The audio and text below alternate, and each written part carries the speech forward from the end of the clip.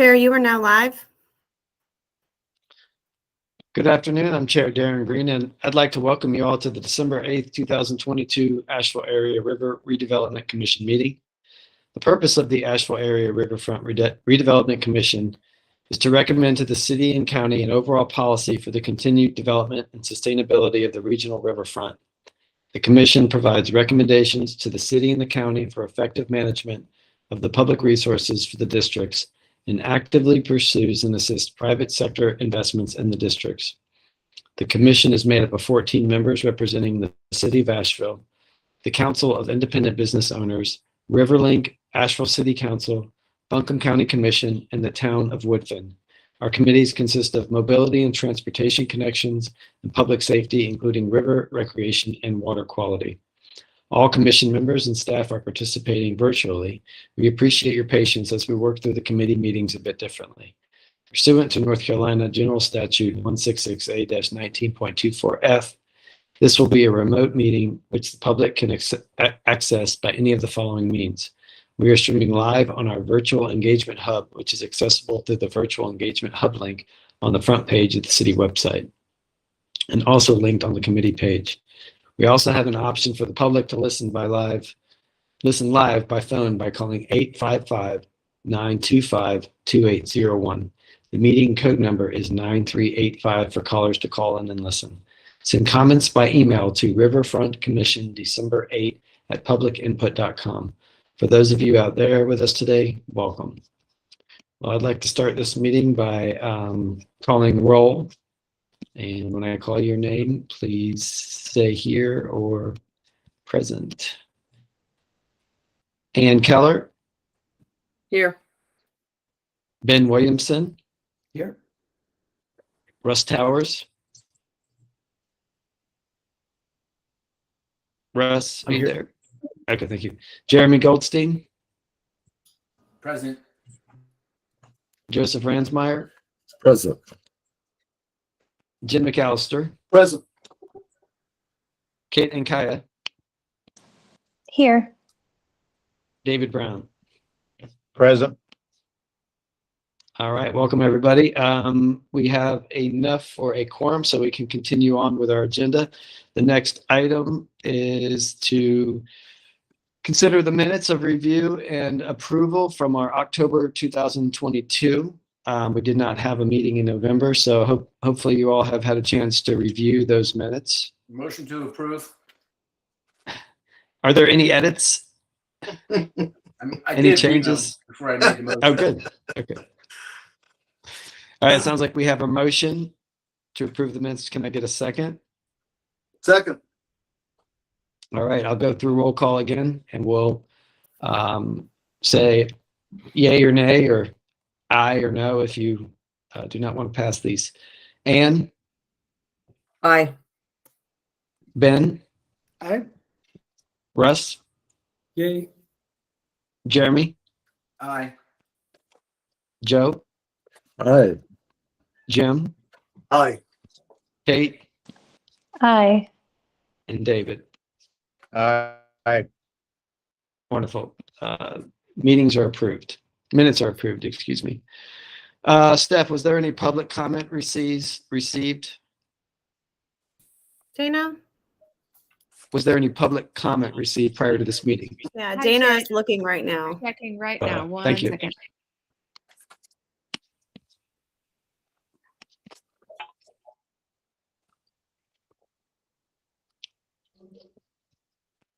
No public comment received and no live callers on the line.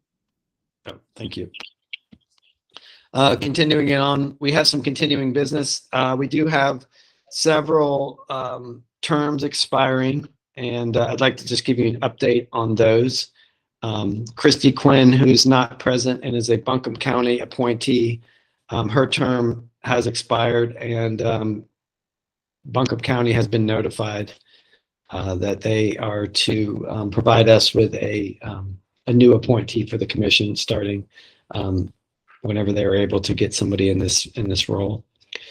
My City of Asheville appointee expires on January 1st of next year. So this will be my last meeting as chair, and I've agreed to stay on until my this seat that I hold for the city of Asheville is replaced. Tim Schaller, his first term is expiring also on January 1st, 2023. He is not present, so he'll provide us with his intention to either stay on for another term or recuse himself. Joe Ransmeyer, who's a Riverlink appointee, your term expires in August of 2023. And David Brown, a SIBO appointee, expires at the end of in December of 2023. And so I just want to take this opportunity to thank those of you who are here and whose terms are expiring this upcoming year. I just want to thank you all for donating your time and efforts into this commission. It's been a pleasure working together, and I know this is not the last time we'll be working on things together. We also need to now move to this next point, which is a meeting schedule. You recall in October, we did not have enough votes to actually hold a 2/3 majority to either be in person or remain as virtual. Per the notes from the city, if the preference is to transition back to in-person meetings, which seemed to be the consensus in our last meeting, no action of the board is necessary. However, I would like to take this opportunity to ask anyone if they have a strong opinion and are much more in favor of holding the meetings in 2023 as virtual versus in person. Hey, Darren, before you do that, I just wanted to ask Steph if she was able to check on locations if we do in person. I know we have City Hall. Did you get to check on anything else? I haven't heard back from any of our other partners. I have heard back from the city that you are allowed to have in-person meetings at other locations as long as it is accessible by the public, and that means it has to have seating for the public as well. The one thing that has changed since you have last met in October is that now if you meet at the city in the first floor North Conference Room, the meetings will be live streamed. However, they will not be hybrid. And does that mean that if it's somewhere else, it's live streamed? Is that still required or not? It's not required. Okay. So we then have the option, for example, of Explore Asheville or something like that. That's right. Okay. Thank you. Jim, you had your hand up? Do the meetings have to be held in the city of Asheville? Could they be held, for example, in the town of Woodfin, since What I would say is I'm not 100% sure on the answer. The meetings need to be held somewhere that is accessible to the public and that we can advertise it so it happens on a consistent basis. So if you wanted to have it in a Woodfin Town Hall, it would need to almost always be in the Woodfin Town Hall unless it was a special meeting.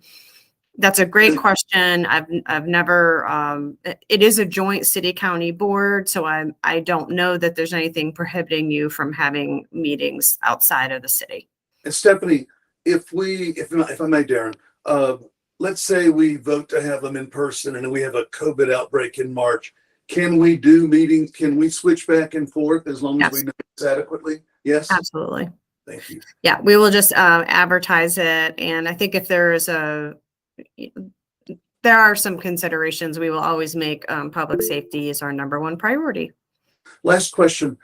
Do they always have to be held in the same place? For example, we're happy to use Woodfin Town Hall, our council room, but it may not always be available. I'd be happy to host us there and take everybody down and show you the new park and the side of the wave. We could get a tour of that, for example, if that was of any interest, but I couldn't commit to every month for a year without talking to the town manager. So any meeting what we do is we advertise for the public where the meetings are held on a regular basis. Any meeting that is not held in that location is going to be considered a special meeting and has to meet special advertising requirements. Okay. So if we were to switch meetings every month, and I can understand there may be benefits to that to try to elicit participation from other communities, then we would just need to advertise these as special meetings. So the meeting, I'm going to continue. The meeting we had down on the river, the meeting where we took the tour, that was a special meeting then. It was a special meeting. Jim, Did I it take think the place of a regular meeting? I'll be quiet after that. Yes, it can take the place of a regular meeting. yeah, I think it could be open for discussion, Jim. We don't have to decide it right now. The real question that Darren was asking is in person or online. I would prefer in person if you're looking for input. I will say from a staff perspective that it is more than that. It is that I have to advertise where these meetings are going to be as soon as possible. So that is something, I mean, you'll see on your agenda that we are asking you to commit to a special meeting potentially in January. So that is, I'll just leave it at that, is that you probably need to figure out where you're going to meet sooner rather than later. Yep. I just, may I make a comment? Yes. I believe we mentioned last time, Steph, that the city would not provide parking if we meet at the courthouse conference room. So I know the parking was a little tight at the Explore Asheville building as well, but at least we had a place. We could normally find a place there. I'm in favor of the going back to in-person meetings, one way or the other. And to respond to Joe, that's correct. We don't provide parking passes. We do provide transit passes. By we, I mean the city. So if there's no more discussion and we agree that we would like to go in person in 2023, correct me if I'm wrong, then we just make that declaration that we're going to be in person, and that's all we need to do to fulfill. That's correct. Fulfill that. No action needed, and I will make that Okay. change administratively. Yes. Okay. You- One question. Did the Explore Asheville, did they charge us money to meet there? Or was that just given to us as a group? I know the council, when we used to meet at the Chamber of Commerce, they started charging us money. So That was a nice place to meet as well, but yes, all of the places that we've been able to meet have been at no cost from partners.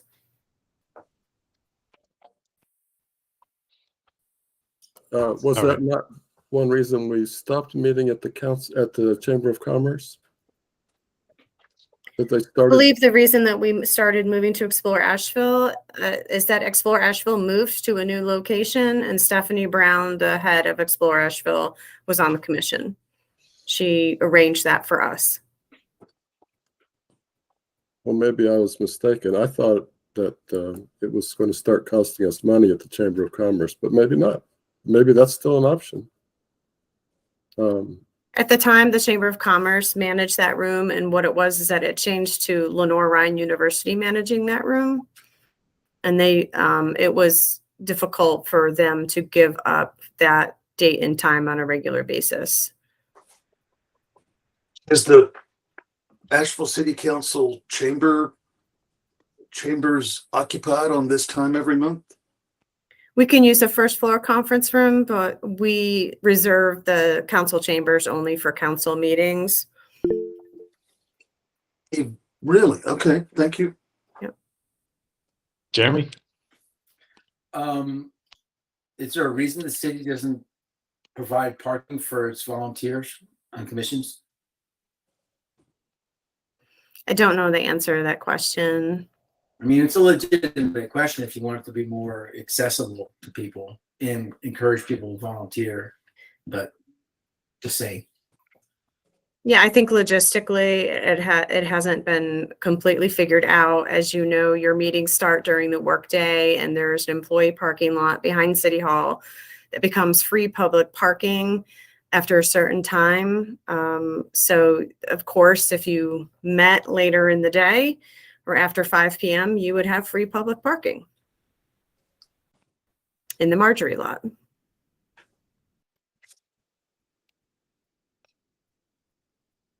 All right. If there's no more discussion, we can move on to new business. I've decided to move the agenda around a little bit. I'd like to move into the elections. You'll see that under new business. Kate, Steph, when do you need the location by, a date? Like, do you need it this week? I would like to have it before the end of the calendar year. Okay. Thanks. Thank you. all right. So the nominating committee met, and I would like to share that we have selected and would like to submit a name for chair and vice chair. The chair that we're submitting is Ann Keller, vice chair Kate and Kaya. And I'd like to open it up if there are any other commissioners that you would like to nominate. Please share that with us now.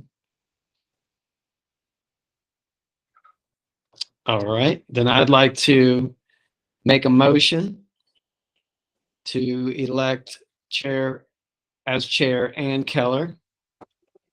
Can I get a second? Second. All right, then I'm going to take this into a roll call. I imagine, Ann, you would also vote on this. So, Ann, how do you vote? Aye. Ben? Aye. Russ? Aye. Jeremy? Aye. Joe? Aye. Jim? Aye. Kate? Aye. David? Aye. And I also vote aye. Congratulations, Ann. You're the new chair. Now I'd like to make a motion to nominate as vice chair Kate and Kaya. Do I have a second? I second. Second. I'm going to take roll call again. Ann? Aye. Ben? Aye. Russ? Aye. Jeremy? Aye. Joe? Aye. James? Aye. Kate? Aye. David? Aye. And I also vote aye. Congratulations, Kate. You are the new vice chair. So I want to thank both of you, Ann and Kate, for stepping up and taking on the role as chair and vice chair. I'm excited to see what you two accomplish, and I am there to help support in any way possible as a committee member.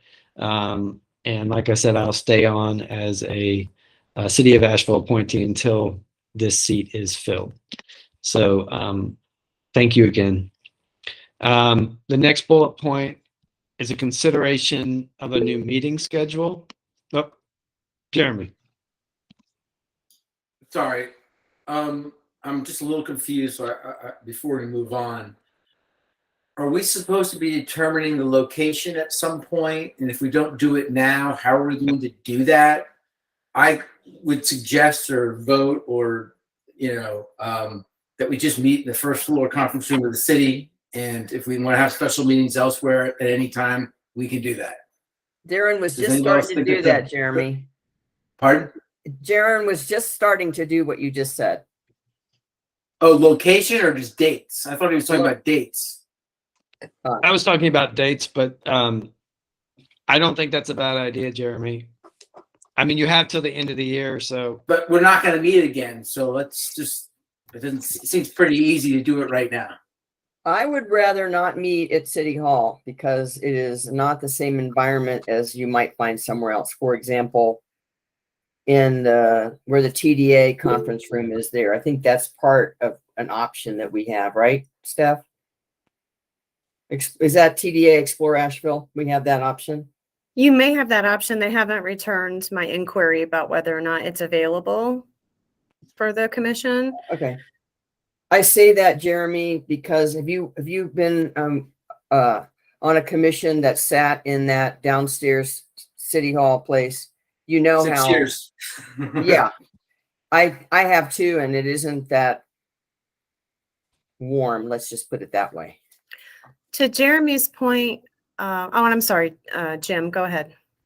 Well, it's okay. I am a rookie at this commission. However, I've lived here quite a while. The city of Asheville owns a lot of real estate. There are really not an array of choices of where to meet, and can Esther approve loaning us your chambers once in a while? I'm puzzled by this. Jim, I don't want to go to the city I council think the chamber. chambers are even Okay. more impersonal. That's first really, floor. that's even more formal than the downstairs meeting room. That's, Steph, what about on the 5th floor, whatever that conference room is, where the tables are set up like a rectangle, like at Explore Asheville? I've had lots of meetings up there too. I think it's It's the 6th floor conference room. It's our HR training room. That room could potentially be available. It's not encouraged that it's used regularly for boards and commissions, but I could have that conversation. What I was going to share with you all is that you may want to just default to the 1st floor conference room as what your advertised meeting would be for now, and then change that meeting to Jeremy's point of not having a regular meeting until potentially January, and that would be a special meeting. That means that it's just something on a piece of paper that says you're going to meet there, but by the time you have a special meeting in January, basically for reorientation and training and some other things, you can decide at that, like you can have an item on your agenda at that time to meet somewhere else. But to your point, actually, Jim, we do own a lot of property. Usually that property either has nothing on it, or it's a park, or we have a lot of community centers. If we wanted to try to meet, say, at the Grant Center or in Shiloh, and the Shiloh is not near the Riverfront, but the Grant Center is. We don't have, usually we try to meet in a space that is either hosted by one of our appointing board partners. So that's SIBO, Riverlink, the Chamber of Commerce, Buncombe County, or City of Asheville, or somewhere along the riverfront. The Riverfront Commission used to meet in the Habitat for Humanity conference room that's on Meadow Road. For years we met there. So there's a lot of options, but it is going to require some arranging. And the most important thing is that these meetings need to be accessible to the public. David, you had your hand up?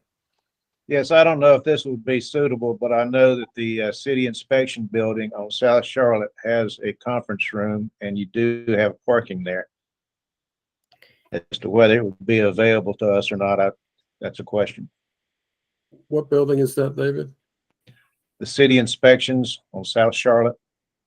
Oh, I see. Where you get your Otherwise known as permits and all yes, that. development services or the public works. So it's where you would go for permitting. I think 133 South Charlotte, and much of that parking is reserved. It's open on Fridays, I can tell you. On Thursdays, it's pretty crowded. Darren, maybe we could have a small group that would make a few more inquiries and report back about options that are viable or could be viable.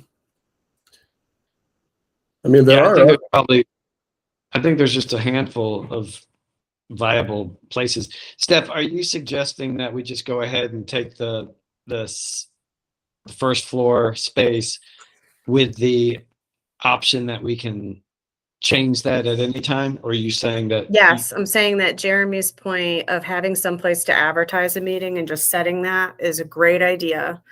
and that you should just advertise that you're going to meet there. And once you decide, you can change it if need be. And you're nodding your head yes. Is that I Ann mean, and we Kate? need to You're move going to be on. We're leading. going to be talking about this for another 20 minutes if we don't make a decision. I think I agree. Why don't we just say that for now?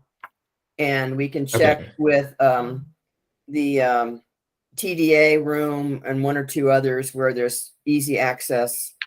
And then we can make a decision. And, if we have to do that in January, we're not going to have a regular meeting in January anyway. So it seems like that would be pretty simple. What do you think? Yes. So Okay. I believe that's City I Hall will for move now. forward. Ben's suggesting maybe the Black Wall Street space could be available as an option too. So, I think let's just secure that location and then Yep. the Thank incoming. you. I have my, just so people know for staff's role, I have my feelers out for one alternative space. I can tell you that Buncombe County space on College Street, it's a lovely space. That also is something I can arrange. Any of the other ones that you're bringing up, I'd ask you guys to do some of that work on your own, like Joe recommended. Okay. Yep. Thank you. Thank you. Next point is the consideration of a new meeting schedule. And that's moving to every other month for 2023. We would have a special meeting in January for onboarding for new commissioners and just an opportunity to reestablish the purpose and talk about those things as strategic issues. So it'd be January, and then you go into February, April, June, August, October, and December. And I don't know that this needs a formal vote, but is there any discussion about not doing this? Well, when we considered this before, it was to give time for committees to meet in between meeting schedules. Is that right? Is that part of the purpose? No, I think it was more there weren't a lot of topics to discuss every month, so we thought we could be more effective with our time doing it every other month. The executive committees would still meet, monthly. Committees could still meet as needed or monthly, but the full commission meetings. Jeremy? Yeah, my only comment was we can always, if there's a need, schedule Right. a mid-month meeting as needed. Yeah, I think I would suggest that you just put in your calendar that Thursday of every month. And then if you needed one, you had it kind of blocked out. But I imagine that there would be at least a couple weeks in advance where you would know if that was going to be needed, correct, Steph? Okay. So any other discussion? All right. We just gave you 6 Thursday evenings back. So we're moving into the next part of the agenda, which are some updates. I'm sorry, I'm moving ahead. Sorry. The annual report. So if you remember, every year the city of Asheville asks every commission to provide an annual report, and there's a link to last year's annual report, and that's an opportunity for the commissions to share what they accomplished, what they did, what goals they have moving into the next year. And if you haven't reviewed it, there's the link in the agenda that you can go ahead and review it. Steph and her team do a great job of putting in pictures and making it really usable for to be shared amongst the other staff members and the council. And I imagine, does the Buncombe County Commission get this as well? Does somebody share it? Okay, so Buncombe County Commissioners also have an opportunity to review it. And I assume, Jim, maybe Woodfin does as well. If not, that would be good to share that with your commissioners as well. So I'm going to have Steph kind of lead this section. We're going to talk about the updates of the goals that we decided we would pursue in 2022, an update to what those goals were and where we are within those goals. Hey, thanks, Chair for another meeting, Mr. Green. Okay, so there is a link in your agenda to last year's annual report, and on page 5, it says 2021 priorities and recommendations. It actually should say 2022. So that's the first thing. There's a little glitch on there. But I wanted to just go over these and provide you with some reminders about what you have accomplished or what has happened in context. So your work priorities, you were able to split it up based on the 2 subcommittees you created. The first one is transportation and mobility connections, including flood and storm communications.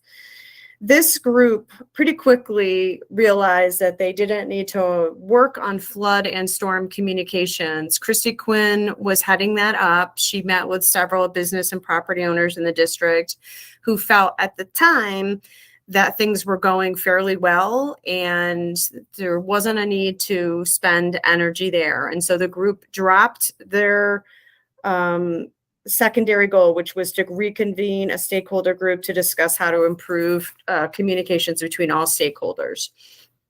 However, the transportation goal still stood, which was to advocate for alternative transportation options and especially the creation of a free trolley or shuttle between downtown and the River Arts District. So you may remember that Darren Green, Tim Schaller, and other people worked with RADA as a not-for-profit to submit an ARPA application to the city of Asheville last year to get funding that would support COVID recovery for all of the businesses and entrepreneurs in the River Arts District and downtown by having a shuttle between the 2 places, with the stop being at Blackwall Street, ABL. That was not a successfully funded ARPA application, but what it did do was galvanize that group and attracted the attention of several other people who, for that team to then expand. People like Adam Sharnack from Highwire Brewing and Katie Cornell from what was then called the Asheville Area Arts Council and what is now called Arts ABL. Since that time, Arts ABL has taken on the trolley and has worked with Radis to say that starting in April of this year, they are going to have a Arts ABL Connect trolley that runs between downtown and the River Arts District. There may be 2 routes that occur. They're going to start with the second Saturdays per usual. And they're going to try to expand that. The goal is to align with the subcommittee's original goal, which is to have trolley service every Thursday, Friday, Saturday, and perhaps Sunday. I say all this to let you know that while Arts ABL has taken on the charge for the trolley, they have not completely funded the trolley. There's no sustainable funding mechanism for an annual trolley. There's still a ways to go. So the progress on this is really attracting a more diverse set of partners to the table. And it may be something that you want to continue looking at and working on. The other subcommittee was public safety, including water quality and river recreation. And that committee's top goal was to convene partners around the topics, public safety topics in the summer of 2022. The subcommittee actually narrowed that down, as you know. So at the end of March of last year, we took a our own city tour along the Amboy Road corridor and started focusing on water quality. And then that committee was able to work together to do the Water Quality Summit in September of this year. So they released a report, and we've been talking at meetings around next steps for that. So in both of those areas, there have been some progress. There were 2 recommendations that were made as far as city and county advice, which is under your purview. So the commission members identified public art and public property redevelopment as areas in which the city and county should come to you all and seek advice. So those are things to consider moving forward, is how you can be involved in that. And then there was also a recommendation, specific recommendation to ask for $150,000 to develop revised or new guidelines for both the riverfront and also downtown. And that is a longstanding ask. And what I'd say with that one, I just want to give you an update, is that city staff is working on a phased approach to improve the design guidelines for both of those areas, seeing what we can do for economies of scale with both, and then also seeing separately what some of the priorities need to be. We, quite frankly, do not think that an ask for $150,000 will be able to compete again this year. However, we know it is a priority and feel like it's on us to do something in-house or to make some kind of progress with the design review committee as our primary work group moving forward. So there's more to come on that. And I know that for those of you that are on that committee, I think Jeremy and Kate are probably the only two right here, that those conversations are going to really be centered, like I said, around your commission. And we'll be having those with Will and other staff, Todd and other staff. So do you want me to go into the draft 2023 goals, Darren, then, and tie that together? Or do you want to? Can't hear you. Yes, let's move Yes. forward. That I emailed everybody in their inbox. If you want just a that version, or if you go onto the agenda, you can click on those goals. So we did have a meeting with the existing executive committee and a few other people from the heads of those existing committees to talk about using the previous goals as a springboard, and just suggesting to you all 5 goals that combine some of the things that you have been wanting to work on, the progress areas, and also some of the things that you might be wanting to branch out into.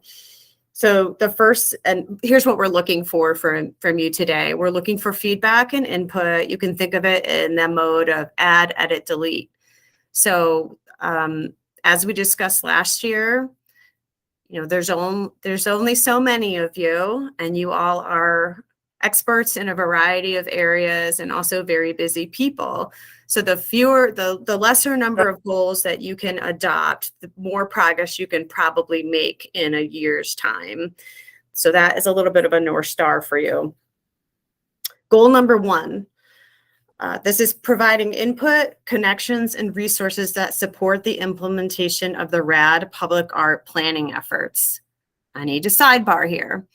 So the Public Art and Cultural Commission has a subcommittee that exists already for the River Arts District Public Art Initiative. It is something we put on hold during COVID and anticipate starting back up in February. We have almost $200,000 to spend, and we have a list of 4 or 5 projects that the community and this subcommittee has already identified but has not scoped.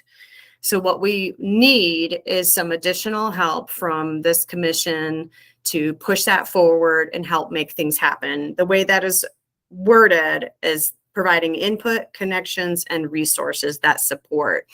So that doesn't mean that you all are necessarily going to be writing requests for qualifications and have to spend 10 hours a month on this initiative, but it would be a subcommittee that starting in February, if you were able to provide the resources for it, they would be meeting on a monthly basis. And the first few projects that we'd be looking at are murals, history mural, natural history mural, community mural, and a gateway mural.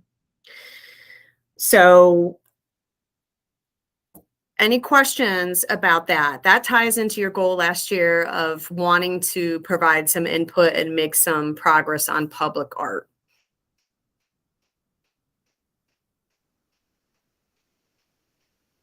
Moving on to number 2.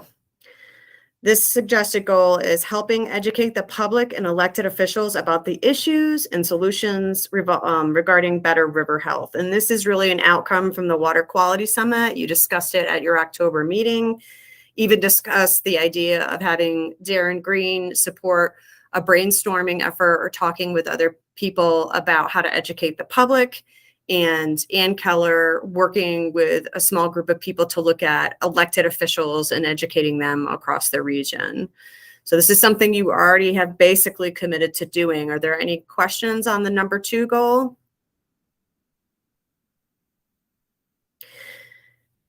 Number 3, this one is newer.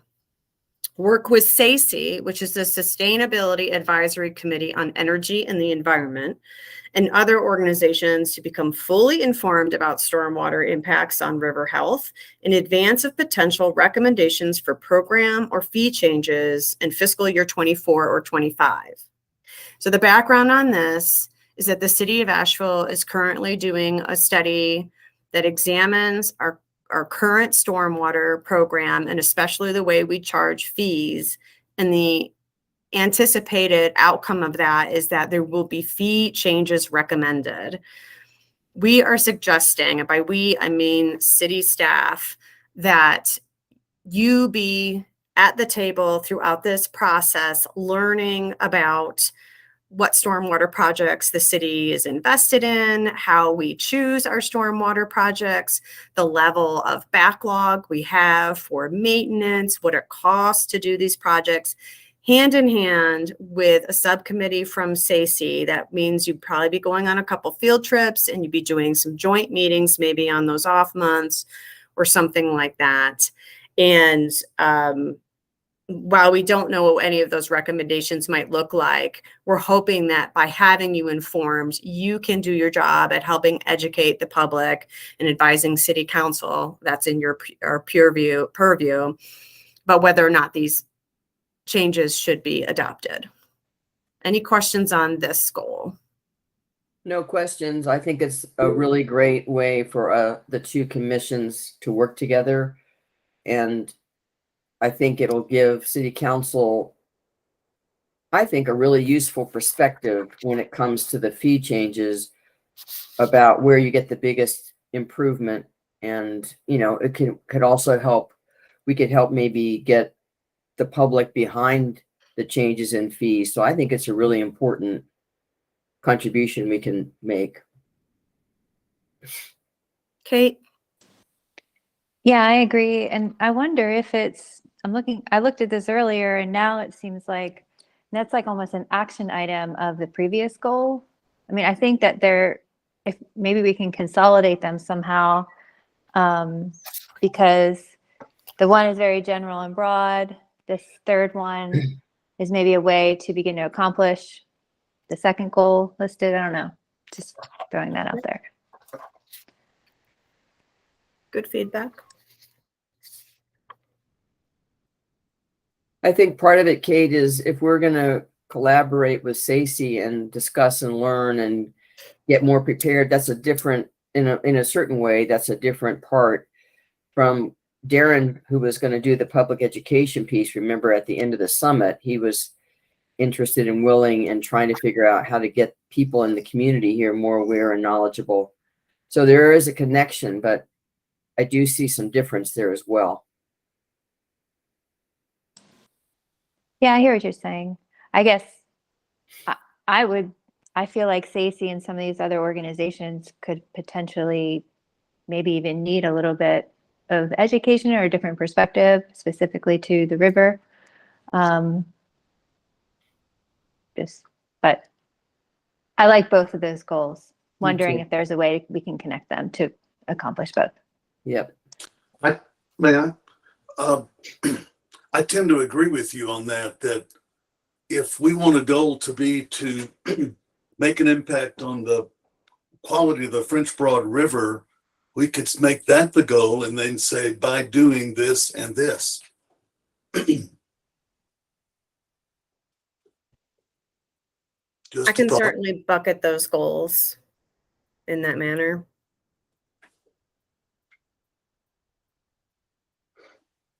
Let's move along, and then we're going to talk about each one of these individually and see if you're, how many people are interested in working on these. So number 4, This ties back into the update I gave. It's continuing support for the RAD to downtown trolley and other projects that improve transportation and public safety in the riverfront. This is just a way of saying that you're going to keep this in mind. People are going to stay at the table and make sure that the follow through happens. Goal number 5. This is a new goal. Perform a review. Let me get Jeremy before I move on. Thanks. I'm bringing it up now because I feel like it may be related to number 4, or it could be. And I don't know everyone else's thoughts on this, but I feel like parking or a public parking deck or some type of public support for in the RAD, having lived and breathed and walked, there for the last year, is really important. And I just don't know. I don't see that anywhere here. I could see it being related to the transportation and public safety, but that's just something I'm throwing out there. And that's something that we could add, and if everyone agreed, we could add that into the goal. Would the goal be to support the creation of city-owned properties to become parking? Like any available city-owned? Perhaps. From a policy perspective, my opinion is if the city wants to support a healthy development down there and there's lots of smaller parcels, it would be ideal to have, the cars in a public deck, and then people can walk to their places of their residences, their places of business, visitors. It sort of can consolidate that in nodes, much like downtown. So we, on a regular basis, the city is what I mean by we.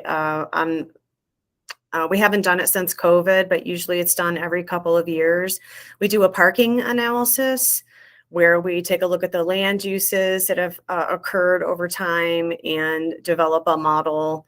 We actually have the model, but plug them into a model that say what kind of parking is needed, because, during the day, at night, weekends, weekdays. We do it for downtown. We do it for the River Arts District. I would say that with 3 new fairly large projects coming online, all with parking, those are the projects at the former Dave Steele site, the Stoneyard site, and then the former Riverlink Cotton Mill site. This might be a good time to analyze what the parking needs would be. And what we always encourage people is to work together to take a look at the data and then come up with the policy recommendations. I would say that a goal could look something like continue support for a RAD downtown trolley and other projects such as additional public parking that can improve transportation and public safety, something like that. And then you all can determine what the action item might be.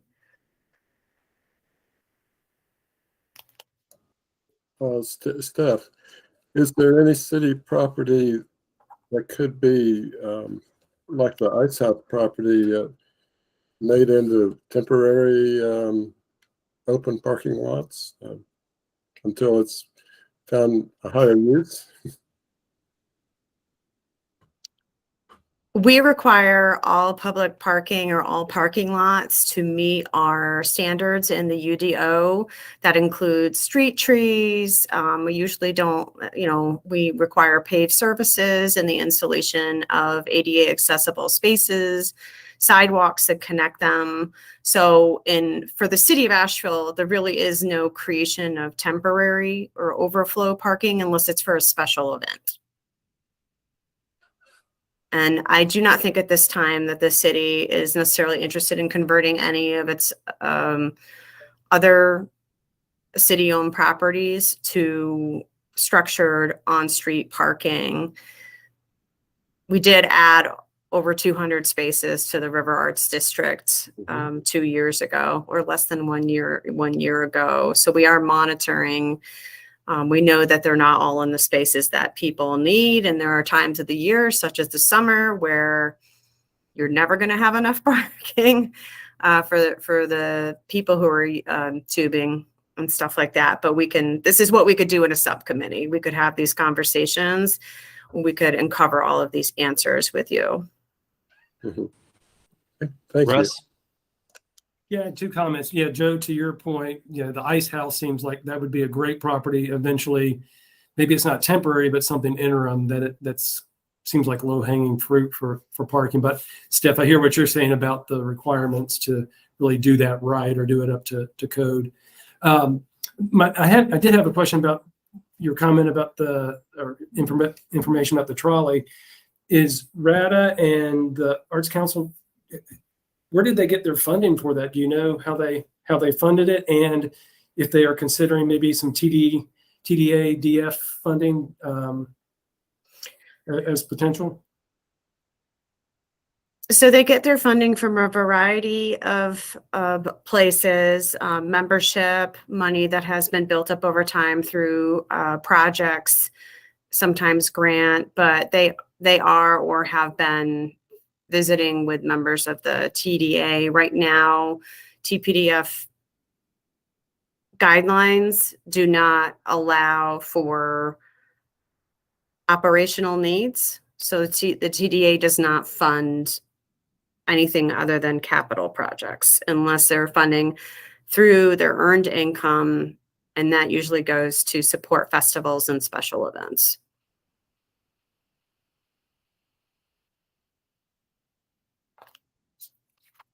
I'm going to move on to the next one so we can get through this. It's a great conversation though. The last, number 5 goal is perform a review of the purpose of the commission and discuss what changes might be needed and appropriate to continue as a successful civic body. And this is acknowledging that the Riverfront Commission has been in place for a dozen years. A lot has changed along the entire regional riverfront in that time. This board was put together as a partnership between several appointing bodies. It contains seats that are very specifically designed to meet the original purpose of the commission and may no longer serve the purpose that you need for today. And that way, this is an opportunity for you all to review the creation ordinance, the bylaws, and any other documents that support you being able to do your job well.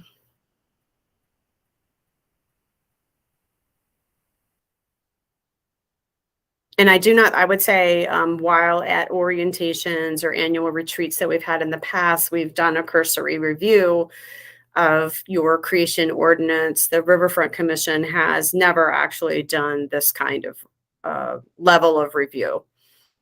Yeah, Steph, I think it's a really great idea and it's the right time. When I first met you 10 or 12 years ago and the RAD was not what it looks like now, you're right, so much has changed. And the idea that we might need to reconsider what we prioritize and how we focus, it seems really timely to keep it fresh, to keep people engaged, to have things to actually accomplish that, continue to be relevant and useful to the city and the region, actually, the whole county.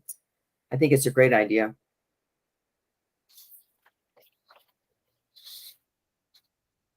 So to wrap up this discussion, you have 5 suggested goals. I've taken some notes about, we could combine this goals 2 and number 3 to basically be ancillary goals under one work area. Continue to support the health of the river by doing the following 2 items, and then just do A and B.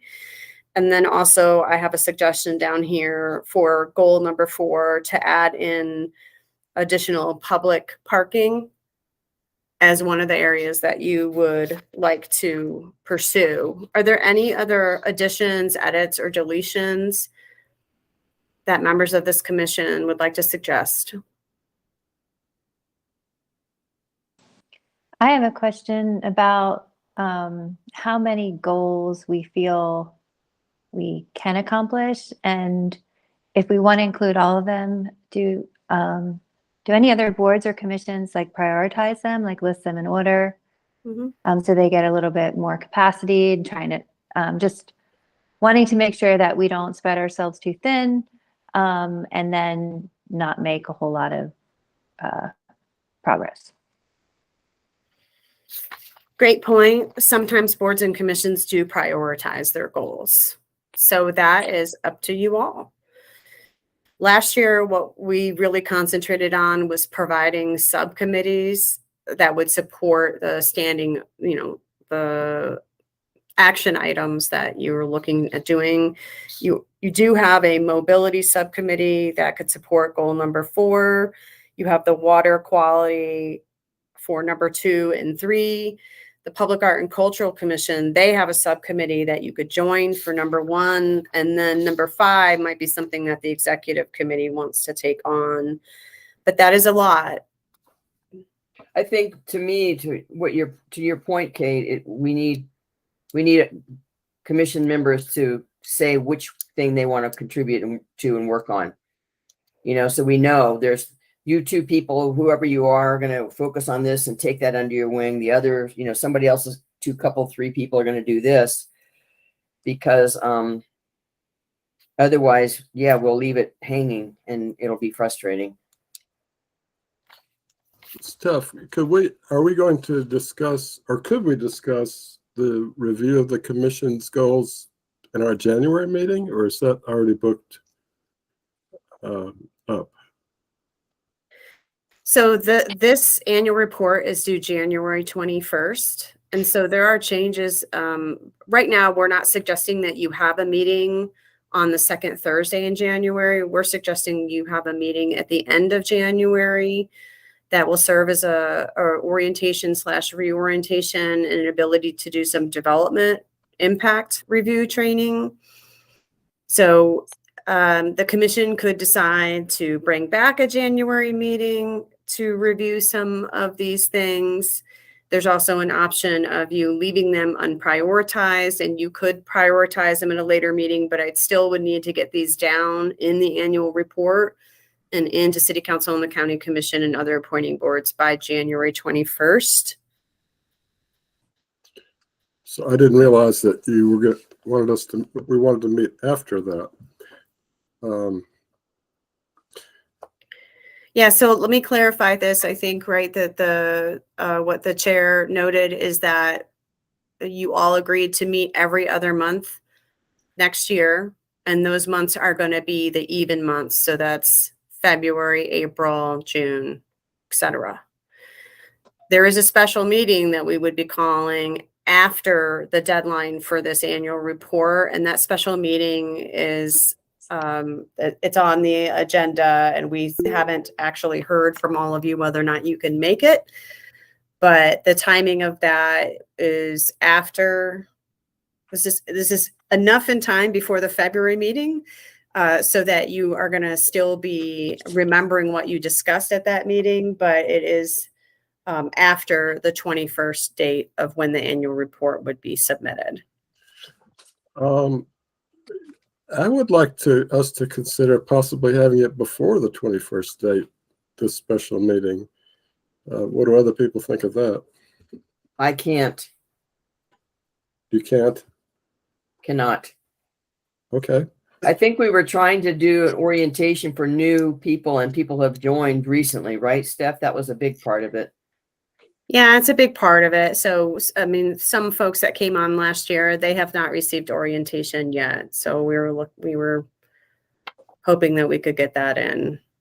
And then so just to be clear, we want to tighten up your role in development review. So you all have that development impact checklist that is used to provide comments to the design review committee and to planning and zoning, and ultimately, if applicable, city council. And we want to be able to have a nice discussion that clarifies how we can do that in a way that is really useful and productive, and also values your time. Steph? Okay. I just wanted to, well, you go ahead, James. I was just going to say that I would propose that we accept these 5 goals. I obviously missed a step. I thought the meeting every other month was a proposal. I did not realize that decision had already been made. have this few people execute this many goals with that few meetings, to me is unrealistic. But Jim, what the groups can do is work in between. We don't all have to get together. That's really the benefit of having it every other month, is that you can work on the topics that we have individually as groups decided to work on. So you go about your business, and then at the end, every other month we get together, share that, discuss that, and so Okay. forth. I'm all for that. Historically, that's been successful. I don't know about We history. attempted to do every other month, and then COVID hit, so we took about 9 months off, and then that was our intention in 2020. Okay. All right. Thank you. But I agree with Ann. I feel like a lot of these goals are goals that are going to be achieved through smaller committees and interfacing with other commissions, and then your goal then is to report back to the entire commission about what you found and what then that opens up a discussion about what you found. And like we said, you can always add. Yeah, and you can always add another month if you feel like there's something really important. You can add another month, but I think it'll be a better use of your collective time. And about the order of importance or of priority, just because you list them as in a numerical order that you submit to the city of Asheville does not dictate that those are your necessarily order of importance, correct? Yeah, what we would normally do if we listed them and there wasn't a prioritization, we would say that these aren't listed in a prioritized order. And keep in mind that the priorities that you set last year, things changed throughout the year. Priorities were dropped because of certain circumstances. They were refined once the people started meeting. So that's likely to happen again. Someone here had a good point and mentioned that probably you need to, as a group, better understand if there are at least 2 people willing to work on each of these goals, or 2 or 3 people to create subcommittees. As mentioned, we have a Public Art and Cultural Commission subcommittee, but for you all to adopt that goal, we probably would need 2 of you to want to participate in making those public art and murals happen. I know one person on this board who is very likely to see yes, but we'll see if there's somebody else. You have an existing water quality subcommittee. There may be people coming off, but we would need to, this is something we could also do. Ann and Darren, I'm looking at the 2 of you as kind of transitioning chairs. We could have a quick conversation at the January meeting about subcommittees. But there's a transportation subcommittee. That committee may be up in the air. So we may need some new, because I think Christy and Tim Schaller were the leaders of those goals, and both of them are probably not going to be on the commission next year. And then the review of the ordinances, that needs to happen with the whole commission and also be led by the executive committee. So that is something that Ann and Kate would need to want to support. David? Yes, Mr. Chairman, I would like to volunteer to be on the Public Art Subcommittee. I have had a love with the River Arts District since I grew up in West Asheville, which it wasn't River Arts District at that time. But it concerns me to see all the governmental structures that just get tagged. And so if we could improve that look with some different types of murals, I'm speaking of the bridge abutments of Jeff Bowen Bridge, the retaining wall as you enter in, coming off of 240. There's some areas there that could be improved substantially, and most of the time we think that if a mural is put up, it relieves the tagging from happening. So I would gladly put my name in the hat for that subcommittee. Thanks, David.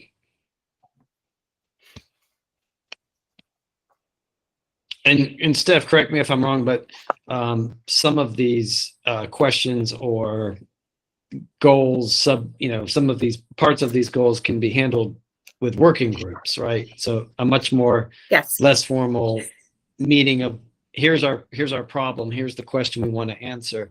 Let's create a working group, and you can pull from people in the community to create a working group. And maybe this working group only meets 3 times over the course of 3 months, but your goal is very, very defined. That's So correct. to Jim's point, so some of these things can happen very strategically, and you can pinpoint exactly what you're trying to accomplish. Yes. Okay. So what do we need to do now to adopt these 2023 goals? What do we need? A motion? I do think that that you could do a motion and a roll call vote to adopt the 5 goals with edits and additions as discussed. Okay. David, you had your hand up? I mistakenly did that. I thought I was taking it down, Oh. but are we still considering combining item 2 and 3? That's what I have down there, is that we would say that this is continuing to work on improvements to river health, and that there's an A and a B. Okay, if that's the fact, I would like to make a motion that we approve these 4 goals now, come before us to give to the city council.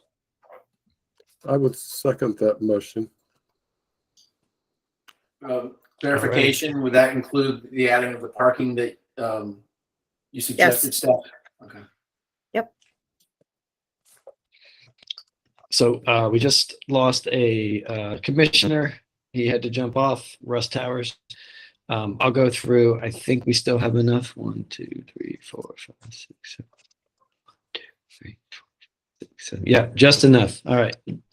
Anne, Aye. how do you vote? Ben, how do you vote? Aye. Jeremy? Aye. Joe? Aye. Jim? Aye. Kate? Aye. David? Aye. And I also vote in favor. Aye. I do have a note that I'd like to read from Russ Towers. He is interested in participating on the transportation committee. So I imagine that would be one of the goals, to stay in touch with the trolley and the parking, which I think is really very appropriate for him, considering his location in the district. We mentioned it earlier, but there's an update. We are proposing a special meeting on January 25th from noon to 2. Lunch will be provided. Thank you, City of Asheville. And you'll go over the it'll be a reorientation for existing commissioners and an orientation for new commissioners. It'll provide a background of the ARC, reviewing the original purpose and current bylaws. And there'll be a training and process improvement for the development impact review for future new developments. Since Sage and Parker are not here, there are no updates from the city or the county. However, Steph, if you have anything that you'd like to mention. I would. I just want to give a heartfelt thank you to you as chair and to David Brown as vice chair for everything that you've done while you've been serving. It's really, I know you mentioned it's been a pleasure working with everyone else, but it's really been a pleasure working with you.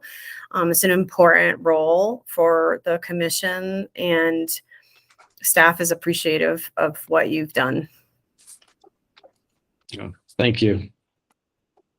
And David, thank you for honoring your commitment to serve as vice chair alongside me. I've really enjoyed getting to know you.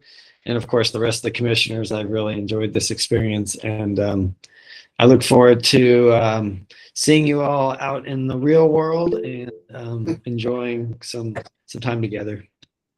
Ben? Yeah, real quick. I know we're hopping off. Definitely want to echo Stephanie's thanks to Darren and Dave.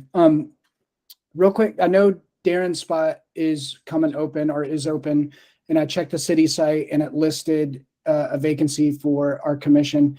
Is it just the one vacancy that's open, or are there more? Do we know?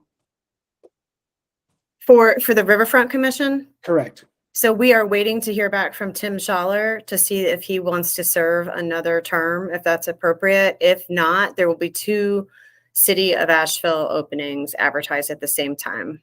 Got it. And then last question, I see on the city listing that the openings are for property and business owners within the Riverfront District. Has that always been a criteria, or is that new? 1/2 of every appointing board's appointees must be property or business owners.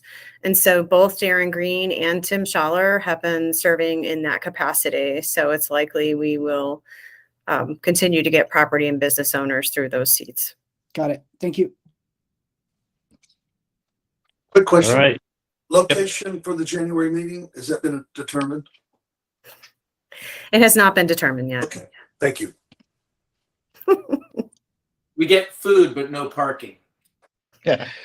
Evidently. Ride your bike, Jeremy. Have a picnic. It's safe along Merriman. Don't worry, it's fine. It's safe. I've heard that. Jeremy, would you like to take us out? I make a motion to adjourn. I second. Thank you. Thank Darren. you all. Thank you, Happy everybody. holidays, Have a wonderful everyone. holiday. Everybody. Happy holidays, yes. Good night. See y'all soon.